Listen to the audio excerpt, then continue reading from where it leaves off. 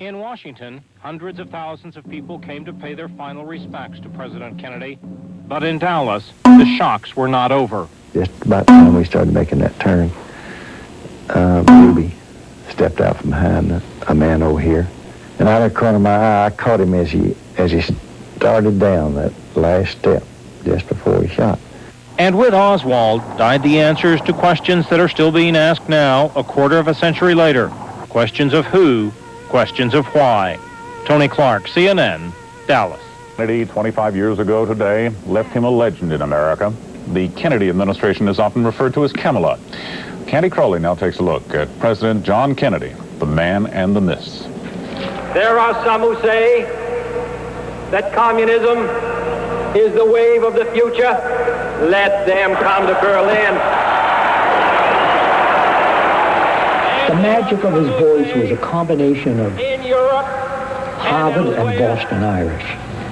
He came along at a time when all politicians wore big white hats, and here's this fellow striding through history bareheaded and confident. In a political sense, Jack Kennedy is the candidate that all other candidates are measured up to today. But it is unlikely anyone will ever measure up.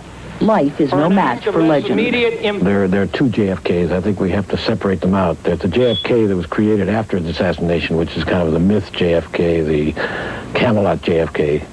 And then there's the real JFK, the one who was president of the United States. I think over the years, you get a mellow glow after a person dies. And in this case, you had the youngest president ever elected with his life snuffed out. His board and him down in the White House romping through the summers, no, that wouldn't have sold. He might have been forced out of office. The legislative record was not spectacular. And the legend probably it goes beyond reality. It is not so much what John Kennedy did, but what he might have done that makes him what he is today. A magnificent maybe.